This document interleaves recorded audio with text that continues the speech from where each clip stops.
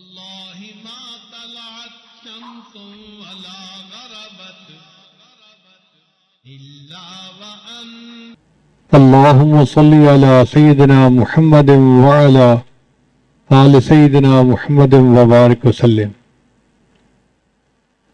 یہ درود شریف تو بہت ہی برکتوں کا باعث ہے۔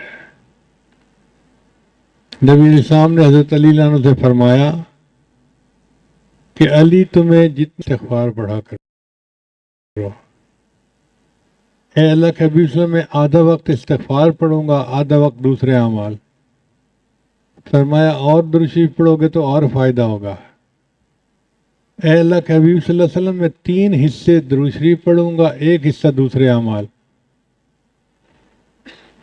فرمایا کہ اور درود شریف پڑھو گے تو اور فائدہ ہوگا۔ نبی علیہ الصلوۃ والسلام پر درود شریف پڑھنا انسان کے اوپر برکتوں کے برسنے کا باعث ہے۔ یہ وہ عمل ہے جو اللہ تعالیٰ کرتے ہیں۔ ان اللہ و ملائکتہ یصلون علی النبی، اللہ اور اس کے فرشتے اپنے محبوب پہ رحمتیں برساتے ہیں۔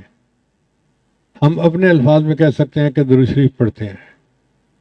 ہمیں حکم ہوا یا ایھا الذین آمنوا، اے ایمان والو، صلو علیہ وسلموا تسلیما، تم بھی میرے محبوب کے اوپر صلاۃ و سلام پڑھو۔ بعض لوگوں کو میرے پاس آتے ہیں، عادت ہوتی ہے، حضرت میں 50,000 دفعہ درود شریف پڑھتا ہوں۔ ایک صاحب آئے، وہ کل پرسوں بتا رہے تھے، میں نے 1.25 مرتبہ کئی مرتبہ 1.25 دفعہ درود شریف پڑھا ہے۔